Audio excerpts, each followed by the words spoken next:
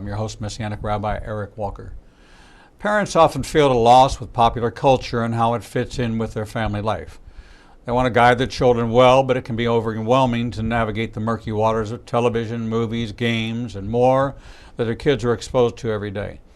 According to our next guest, popular culture doesn't have to be a burden and shouldn't be feared. In light of a biblical worldview, popular culture is a natural part of God's world and aligns with His call to steward the earth and to imitate His creativity, what they describe as the cultural mandate. These concepts are firmly biblical and supersede the secondary purposes of popular culture that Christians often overemphasize, such as to be just entertainment. Dr. Ted Turnau, teaches culture, religion, and media studies at Anglo-American University in Prague, Czech Republic. He's the author of Popologitek and the co-author of The Pop Culture Parent. Dr. Jared Moore serves in pastoral ministry and co-hosts the Pop Culture Coram Deo podcast. Jared also serves as second vice president of the Southern Baptist Convention. He's the co-author of The Pop Culture Parent. Joining us now are two of the three co-authors of The Pop Culture Parent, both Ted Turnau and Jared Moore, helping kids engage their world for Christ. Ted and Jared, welcome to Revealing the Truth. Thank you. So, Yeah, thank you. Glad to have you. Tell me about this trio of how all of you got together to tackle this issue of pop culture not being a tool of the devil the way Elvis was in my day.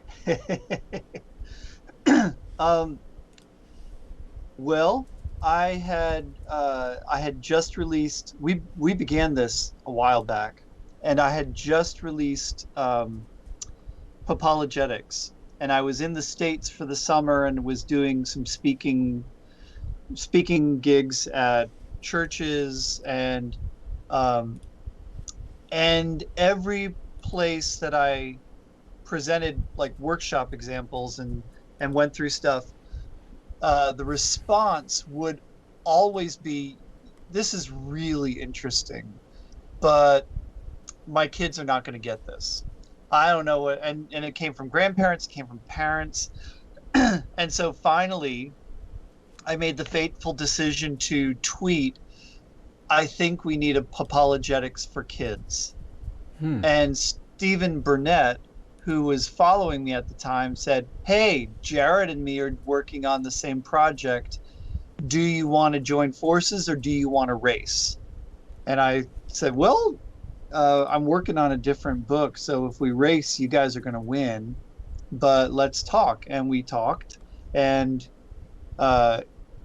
we decided we're pretty much on the same page when it comes to popular culture. And so we joined forces, and 7 years later, voila, here we are. So during this time, you were comparing notes and taking a look at influences and talking with families about what their struggles were.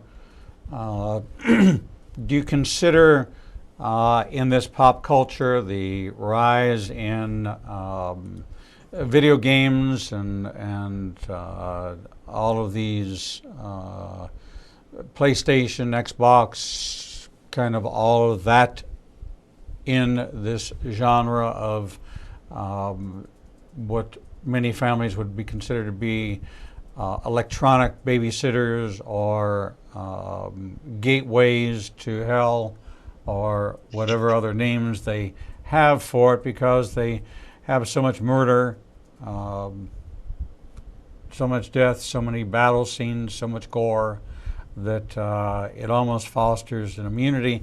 And we hear, at least from a media perspective, that there are those that claim that their violent inclinations came from video games. And so that always, that may be the one thread in a whole garment, and people will grab a hold of that thread and use that as an argument for a Christian home should not have video games, a Christian home should not have videos, kind of these blanket statements. Is that what you're contending with? That's a big part of what we're contending with. I don't know if you're familiar with the term moral panic, but they are media generated concerns generally about a younger generation, in which, well, let me give you an example. When I was a high school student, I was a D&D nerd, and that's what me and my friends would do. We would gather around, roll the dice, defeat monsters, whatever. But there So for our audience, we're talking about Dungeons and Dragons. Dungeons and Dragons, Advanced Dungeons and Dragons, second version for you kids out there. So old school. And there was a moral panic. There was some kid who committed suicide, and the detective who investigated it said, "Oh, this is one of those Dungeons and Dragon murder suicide cult things." And from that point on, in the Christian, this just spread like wildfire, and Dungeons and Dragons makes kids commit suicide and kill each other. There wasn't a lot of hard evidence to back that up, but as Mark Twain supposedly said, although I don't think he actually did say, a lie goes around the world before the truth can get its pants on, right? And so it just kind of went out there. And a lot of times there are a lot of claims made about violent video games and things like that. If you look at the studies, and we didn't do a real deep dive on this because we had to, we had to make the book a certain length. But there's not a lot of evidence that directly link video games to violent behavior over the long term. Those are really hard studies to do. There are some studies that suggest with aggressive kids, it keys in on their aggression. There are other studies that suggest that it gives kids who are really active and wound up an outlet and actually makes them less violent. So there's conflicting evidence out there. But what I would say to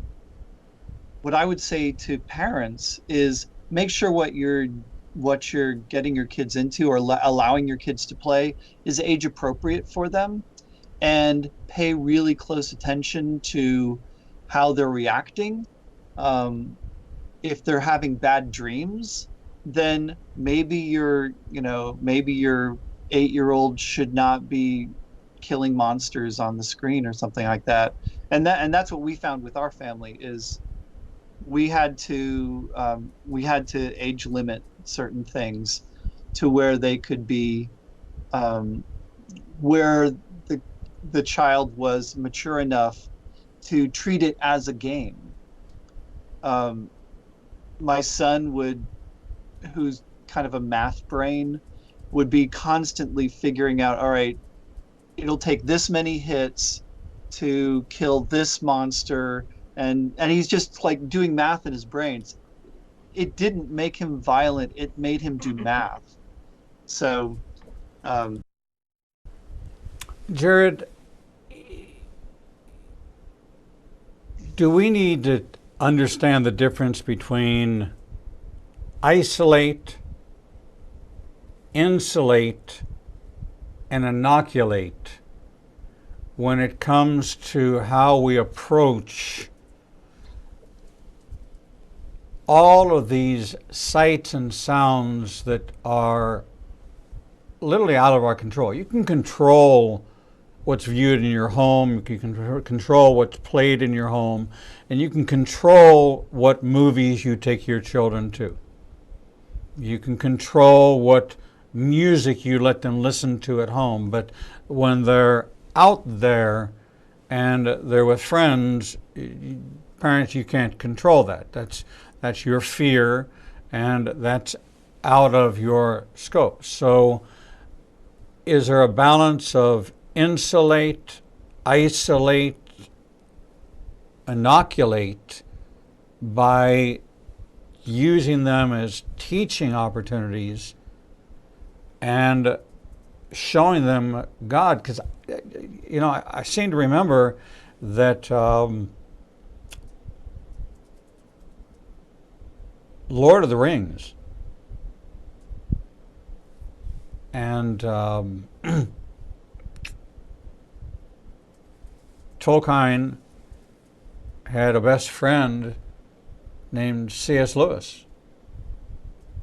And if you were to take a look at the violence of Lord of the Rings, or if you took a look at the Messiah, you took a look at avarice, you took a look at temptation, you took a look at the biblical principles, there's a balance in this.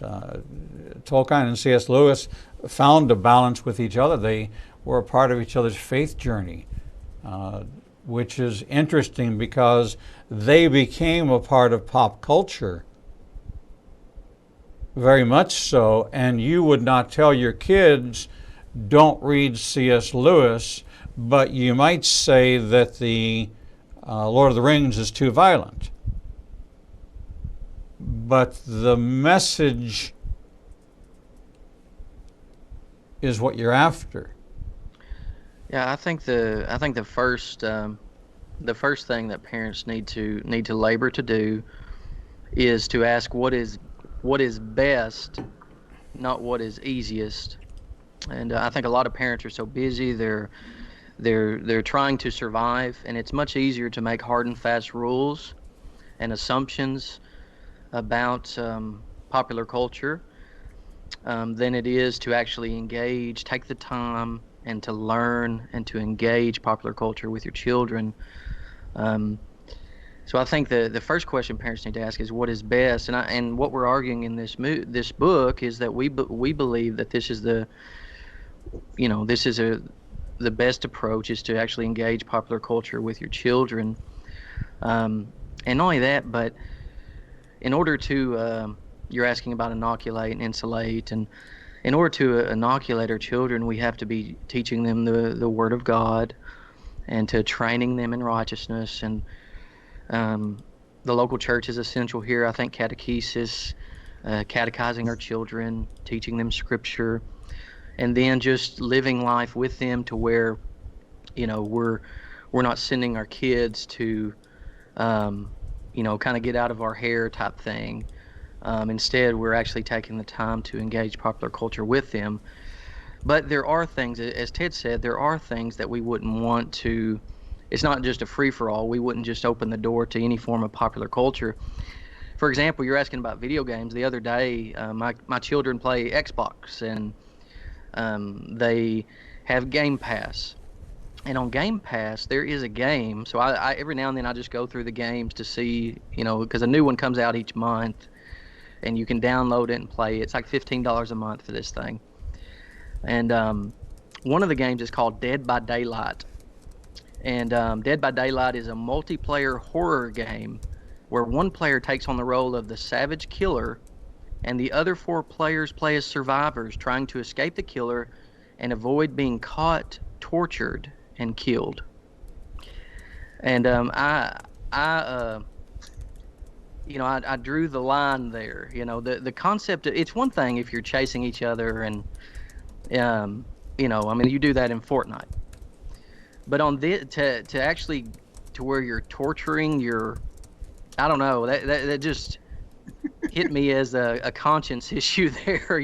That's a bridge too far. They run around on Fortnite, but you're dancing and there's no blood and there's no gore, and there's we actually engage Fortnite in the final test case in this book. If parents are wondering how to engage video games and Fortnite in particular with their children, I believe Ted spearheaded that engagement, did a great job with that.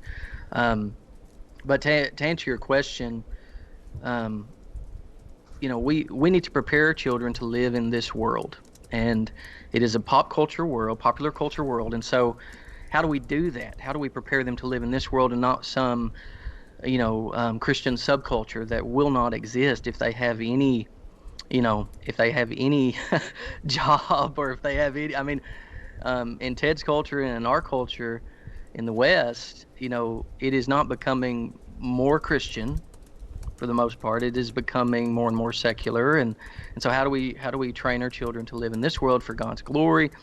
And the best way to do that, or one of the best ways, is besides the local church and teaching them the Word, that you actually help them apply the Word to their popular culture choices. When children are young, you can use your own nostalgia. You can get away with movies that you grew up watching, and showing them that and participating in it with them. But as they get older, they're going to want to break away from that, and they're going to get involved in new things that parents would necessarily choose, but that aren't inherently wicked. And so parents at that point need to say, I love my child. They're into this. Their friends are into this. I need to get into this so that I can help train them to think like Christ does about this form of popular culture. And so the 5 questions that we present in the book, we believe, and that actually comes from Ted's Popologetics. And I think applying those 5 questions, but mainly, if I could summarize, brother, it would be teach your children the Word and engage popular culture with them. Most parents who are in the Word themselves are going to be able to pick up a lot of these principles. I know it's a daunting task, with this book, but if you're engaging pop culture with your children, you will pick up some of these things. And the more you do it, the better you'll get at it. The more you spend time with your kids and engaging their popular culture, the better you will be at thinking discerningly, and you'll train them to as well. And when they get older, they'll be prepared to live in this world and think biblically about it. When they go to work, or even in high school or middle school, when their friends are talking about this popular culture, they'll know how to talk to them and be ambassadors for Christ. And and so that's what our goal was. We believe we live in a popular culture world, and we want to raise Christian ambassadors for Christ. I absolutely support the premise, but I'm challenged by one thing you said, and that is the parents being in the Word. Now, you and I are part of the Southern Baptist Convention, and we know that 80% self-admittedly don't read the Bible outside of church. And there is a 14-year trend, downward trend within the denomination itself, and the parental involvement has really been to outsource that to a youth pastor and abdicate the role of being the spiritual head of the household, and really ignoring Deuteronomy 6:5-9, which Jesus actually said was the greatest commandment. Now, remember, the audience he was speaking to, the Christian audience, hears Deuteronomy 6:5. The audience Jesus spoke to heard Deuteronomy 6:5-9, because in Hebrew, Aramaic, we're taught, you give me the first 4 or 5 words of a verse, I'll finish the context and the concept.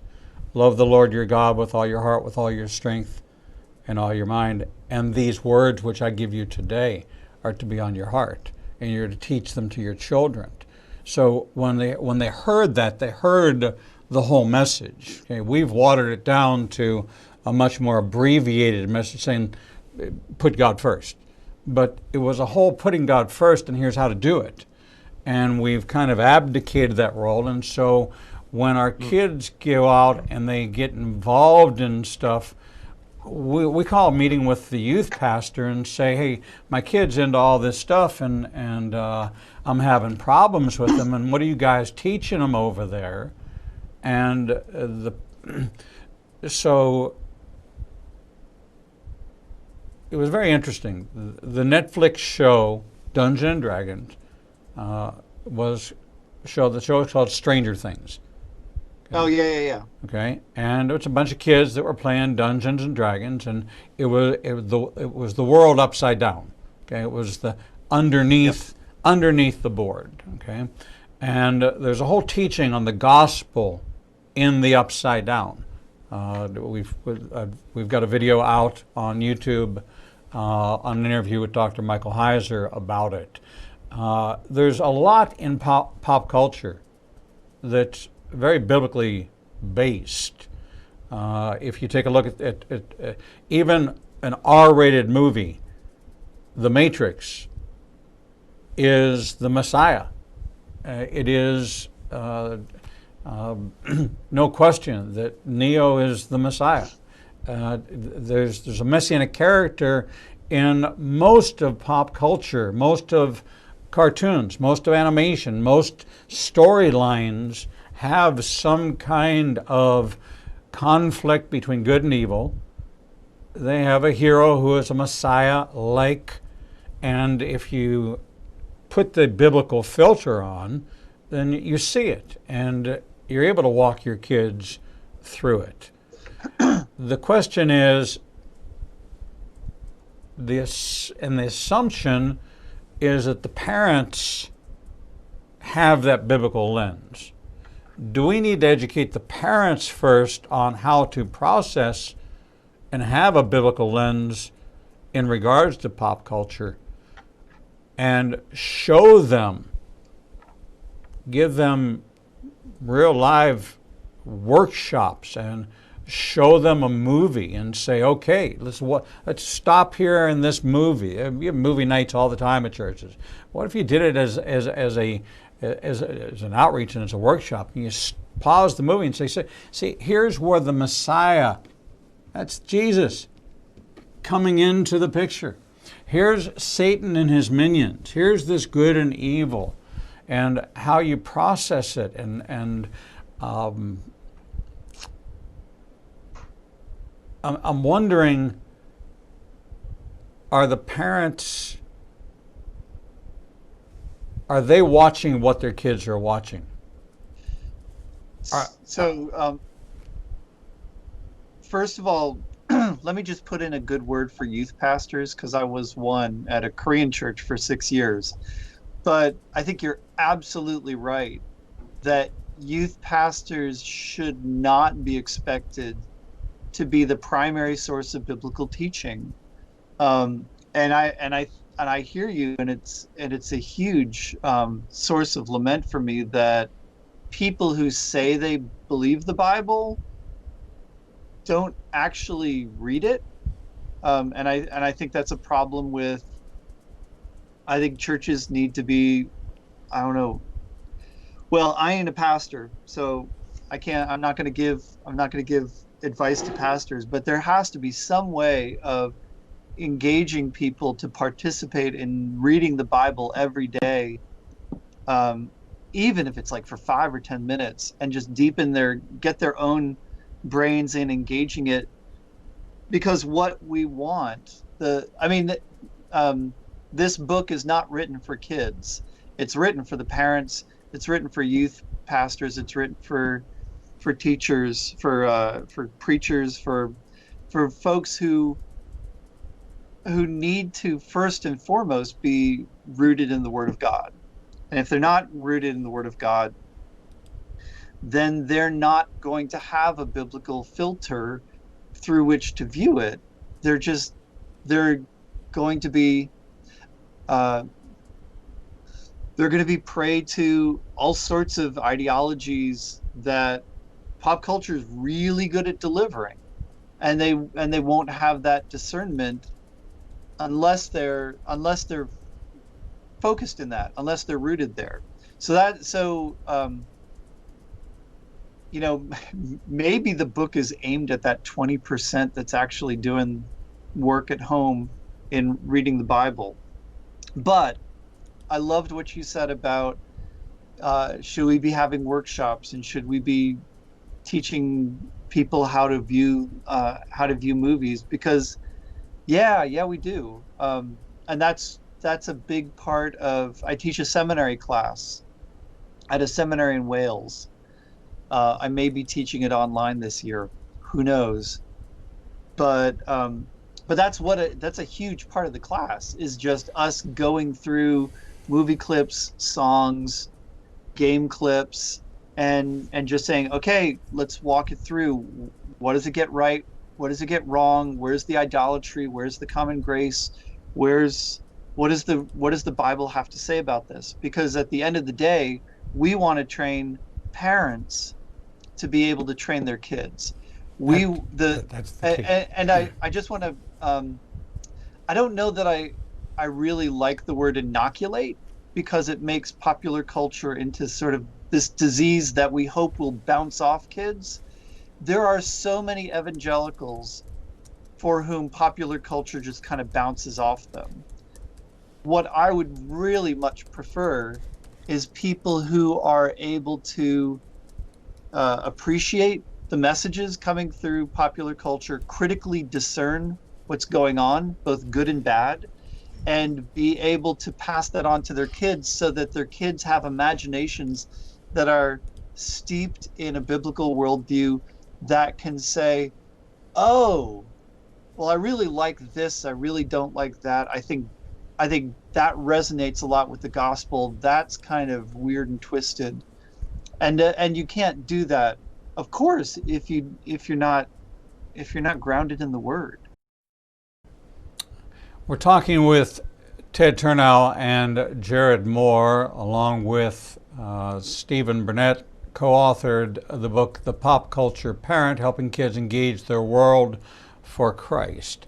It identifies a very clear picture that our children are exposed to many things, and many parents will base their yes or their no on a feeling, an opinion, and not really use the opportunity to process and lead and guide and actually engage with their children to see the message, to identify the message and its life application. You find that many people like a life application Bible because it helps them make sense of how to apply the Scripture as opposed to just know the Scripture. And this pop culture parent is kind of that life application of the handbook, the guide of how to help your children process and filter and search and seek and identify. And you play an active role in leading, guiding, and directing them instead of boycotting them or condemning out of a rating or what you've heard without any knowledge.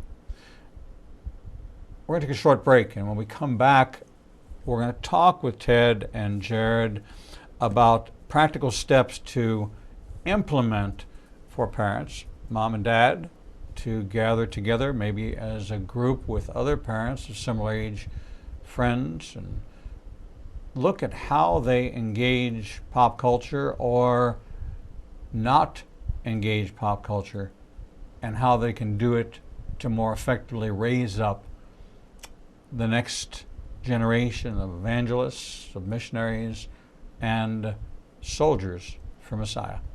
We're going to take a short break, and we'll be right back. Shalom.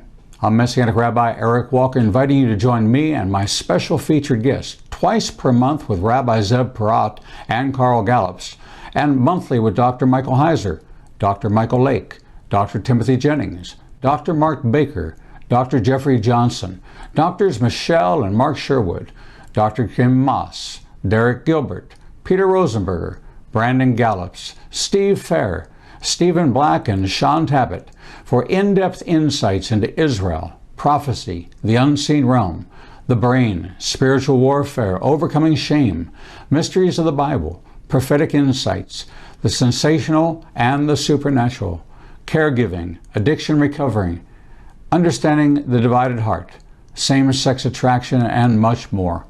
We're proud to feature some of the greatest biblical minds from both Israel and around the United States. Check out our featured guest lineup and 24/7 feed on ignitinganation.com or watch by topic on any device with our free apps. If you can't find what you need, you're just not looking in the right place. Follow us on social media and download our free apps today. With today's smartphone technology, news, information, sports, and entertainment is widely available and almost unbounded. But what about the information that believers in Yeshua are looking for? Well, now there's an app for that. Igniting a Nation now has apps available for Android and iPhone. With our app, you'll gain access to everything you would in our website, from our featured guests to our live streaming shows. Visit Google Play or the Apple Store and download Igniting a Nation's new app today. Shalom. I'm Messianic Rabbi Eric Walker, inviting you to join me and Israel's #1 rated guide, Edo Canaan, for our annual Israel trip. Our 2022 trip is now open for registration for our 18th trip to Israel. Our trip will take us from Tel Aviv to the Galilee, down to the Dead Sea, and 4 nights in Jerusalem. You will walk where Yeshua walked and watch the Bible turn from black and white to living color. Visit ignitinganation.com/events and download the registration form today. No, it's not too early to take advantage of our payment plan designed to fit any budget. All of our trips sell out, and we want you to experience this life-changing journey. Registration is now open for April 2nd to 13th, 2022, and we promise you, you will never read your Bible the same way again. Shalom and welcome back to this edition of Revealing the Truth, where we cover the headlines, the heartlines, and biblical truth. I'm your host, Messianic Rabbi Eric Walker, and we're talking with Ted Turnau and Jared Moore, who along with Stephen Burnett authored the new book, The Pop Culture Parent, Helping Kids Engage Their World for Christ. Ted and Jared, welcome back. Thank you. Ted, we've identified a clear opportunity, and I don't want to call it a problem, I want to call it an opportunity. A way to engage parents with their children at their children's level, not at the parent level. The holidays are coming and they're searching for gift items, and they ask their kid, what would you like? I want the new edition of XYZ game. And the parents go to the store. They don't go to the store anymore. They go online, they look it up, and they look at the rating. They say, oh no, you can't have that because it's rated this. And so they go based off of a singular piece of information. Equipping the parents to be able to filter and to analyze and apply some real questions to their kids as to why do they like it and what are they learning from it and what are they seeing in it, and the suggestions that you have would open the door for more substantive dialogue as the children get older. When we're not talking about pop culture, we're talking about peer pressure, and we're talking about drugs and alcohol and sex, and it's not games and movies and activities. It's life. And this pop culture is like the gateway drug to college and career life. And unless we embrace those things that are impacting our children in their formative years, we're missing out on an incredible opportunity to give them the tools to process, and instead of filters, to be able to assess, is that good, is that right, is that bad, is that for me, in character development. So I see this as incredibly valuable. the question becomes, is the holiday season in this pandemic not a God-given gift for us to spend more time with our children, engaging with them in what it is that they're engaged in? And the short answer is yes. We originally planned to release this book on May the 4th because of Star Wars. And they said, oh, there's a pandemic, we'll delay it, and they pushed it back till September 7th. Turns out pandemic is lasting longer than anybody expected. And so it kind of works out. I would love for parents to be kind of reading this and thinking through it, and then taking what they've learned, and instead of, Steam Christmas sales coming up, and good old games and whatever, and when they want to get a game, to do some homework, do some digging. There are some great tools out there that go beyond the ratings and kind of give you a sense of what the content is. And if it looks like kind of a borderline thing, then get it and play it with your kids, or let them play it, and you kind of sit there and you talk about what's going on, because I think it's far more valuable for what they're talking about on social media. Like if you're not looking at the Reddit thread r/memes once in a while, you're probably not speaking the same language as your kids. So get on there and try to figure out what's going on. And if you've got a really good relationship with your kids, they'll be telling you this stuff. Oh, dad, I found this really goofy meme, and you're like, a cat with salad on its plate. I don't understand. And if you say, I don't understand the woman yelling and the cat looking nonplussed, and could you explain that to me? Which, by the way, for those of you in podcast land, that's already a dank meme. That's already passé. They've moved on. But kids love being in a translation. They love being the translator. At least my kids did. We talked about this stuff all the time. My daughter who's 21 years old now, but she's sheltering in place with us. She'll bring us just weird stuff that is simultaneously delightful and disorienting at the same time. And so it's not just we want to equip our children for going out there and fight for Christ, but this is what relationships are made of. This is shooting the breeze, passing the time, water under the bridge. All of that is a way of relationally bonding with your kids. And that's a huge part of being a good parent. Somebody said, 90% of parenting is just showing up.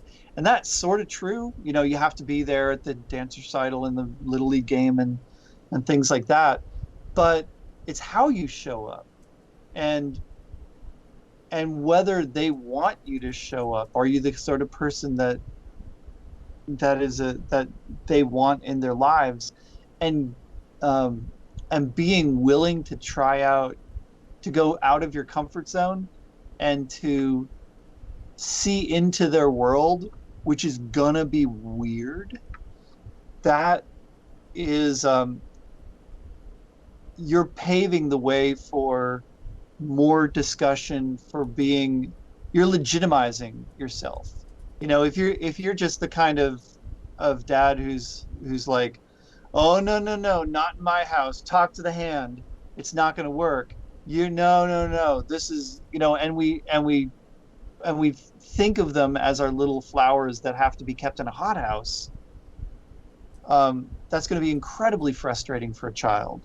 And you will never really get the inside scoop on what's going on in their world unless something huge happens, like you find drugs, or I don't know, worst case scenario, or you know, you don't want to be there. You want to know what's actually going on in their heart, and being able to converse on that level, and being able to joke about memes, and being able to talk about the latest show. You know, if your kid's into the Crown, if they're an older child, being able to talk about what is this dysfunction that we see in the royal family, and talk about ethical stuff within the good place, and being conversant in their world. That's half the battle. Knowing how to process it then, and using the 5 steps and that we use in there to ask the right questions and to train, that's hugely important as well. But just being there, just showing up, um, is I think vastly underrated in parenting. Do you think that this is maybe the secret way for your kids not to be embarrassed to have you as the parent talking to their friends, because you could now talk to them about something that they share in common? You know, a Yes. lot of times your house isn't the house they gather at because you're not the cool dad, you're not the cool mom, you're the you're disconnected. But what if you were connected with your kid and they had a friend over to play the game, and all of a sudden you walked in and you knew what was going on and you were able to impart and participate, and they stay over for dinner and you talk about the game at the dinner table and you bring new perspective and new insights and teaching moments into it. Would that break some of the stigma that some kids have in having their parents ever talk to their friends?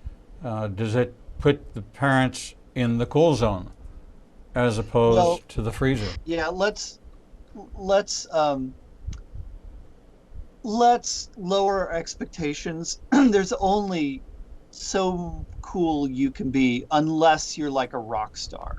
Like if you're a literal rock star, or you're a game developer, or you're like working in the entertainment industry, then you can be the cool dad. For people like me, who's like college professor, the best I can hope to be is like the adorably awkward dad who still knows enough that kids would not be, that kids don't think they're going to be browbeaten or stared at blankly whenever I talk to them. So, let me give you an example. I used to teach at a Christian school in an apologetics thing, and then I got really busy, but I got invited back to a to do just a Q&A, ask me anything. What Redditors call an AMA, ask me anything. And so kids just kind of ask random questions, and there was this one kid that my wife said is just a problem kid, like never pays attention in class, and she still teaches at this school, never pays attention to class, is kind of disruptive and stuff like that. And he said, do you think it's possible to make a living playing video games? And I said, and he said, and do you play video games? And I'm like, I game occasionally when I can. I haven't done it for a long time, except for like solitaire, and I know that's lame, but just little study breaks when I'm working on stuff. But and then we talked about professional gaming for a little bit, and I was like, but dude, you have to be super good to break into those ranks and earn a living at that. And you might want to look instead at game development or something else.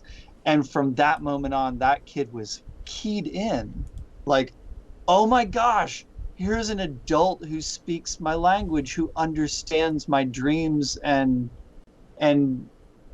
where have you been all my life? That was kind of his reaction. And and I would say, you're not going to get that from every kid that you talk to, but if your friends know that you're at least not hostile to their culture, that you're not um, that you're not coming at them with a shouldn't you be better than that, Jimmy? You know, aren't we above all that? And or even worse, oh, you Gen Z kids, you have no drive. And back in my day, blah blah blah blah blah, and we read books. And if you can just, back when music was really good and the Rolling Stones and not this electronic blah blah blah. I mean, just stop being cringy and stop judging them, with these shoot from the hip sort of opinions. If you can do that, then you open yourself up to um, not being the cool dad, but at least being somebody who's relatable and human and can enter their space and talk with them. Um, but I'll never be the cool dad. I I leverage my awkwardness with my kids. When my kids were teenagers, if ever they wanted, if ever they were like not paying attention to me in public and they were kind of getting into trouble or something like that, all I had to do is threaten that I was going to beatbox. And immediately they were like, okay, okay, whatever you want, because I don't beatbox particularly well, and we all know it. And they just were like, Dad, you're humiliating us in public. I'm like, I know. Get in line. Jared, were you a gamer? Oh yeah, Still a gamer? little. I Yeah. play Fortnite with my kids. Play some Dude, good for Halo. you. So, do you find yourself having been a gamer, now a parent, you're looking at pop culture? Are you applying these principles in your home and seeing a result with your kids? Yes, yes. My children. I mean, we're doing catechism based on the Second London Baptist Confession, it's through local church, and that helps equip them. And then when we see in pop culture, the good, true, and beautiful, we celebrate that. When we see um, sin and evil, we point that out. And many times my children will speak up and point it out. Um, I mean, we watch. They love The Amazing Race, and so we watch The Amazing Race together. And there's always one or two open, flamboyant, homosexual couples in that show, and so we point that out, and I mean we don't have to point it out anymore. The children point it out, and we talk about in this book probably one of the best ways to kind of respond to that worldview is to celebrate God's design, to celebrate marriage, and so we encourage our children, and we celebrate. Not only that, we celebrate children. We celebrate the good of children, the value of children, and anytime we can point that out. I love children. I'd love to have a ton more if the Lord permitted. But my wife, I don't have to carry them, So so I got four, and I think that's where we're at. But I understand. so we do apply it as we participate in popular culture. We have decided as a family not to. We only have one TV, and it's where all of us can gather together for that very reason. And my kids are like, well, we have to share the TV, and so they do get frustrated with it. But one day they'll be able to, they'll be able to have their own stuff, and they'll be out on their own. They'll be able to do all these Right. things. But we're trying to postpone. I mean, as a kid growing up in the rural South, I mean, I was offered drugs at like fourth grade, exposed to pornography at roughly fourth grade. And so in many ways, we're trying to postpone Trying to provide it to where their brains will develop more before they are forced with decisions like I had to make at a young I age. understand. Unfortunately, we've run out of time. We've been talking with I'm sorry, Ted brother. Turnau and Jared Moore, along with Stephen Burnett, are authors of a new book called The Pop Culture Parent, helping kids engage their world for Christ. You can have a deeper, more profound impact on your children when you engage with them with what engages them, and Amen. help direct them to see by sharing with you. And as you observe and participate and ask questions, not because of condemnation, but because of a genuine interest in what interests them, what they like about it, what they see in it. Is there a message in it? If they were to describe it to somebody else, what words would they use? Would they be edifying? Would they be destructive? You can help raise your children to navigate pop culture and use it as a tool for reaching them for Messiah and to grow in your own faith and to improve your own parenting relationship. The book is called The Pop Culture Parent, helping kids engage their world for Christ. Ted, Jared, thank you so much for sharing this with us. I think it's a book whose time has come. Our pleasure. Thank you. Yeah, thank you, Jason. All right, we're going to take a short break, and when we come back, we'll bring you the next edition of Revealing the Truth.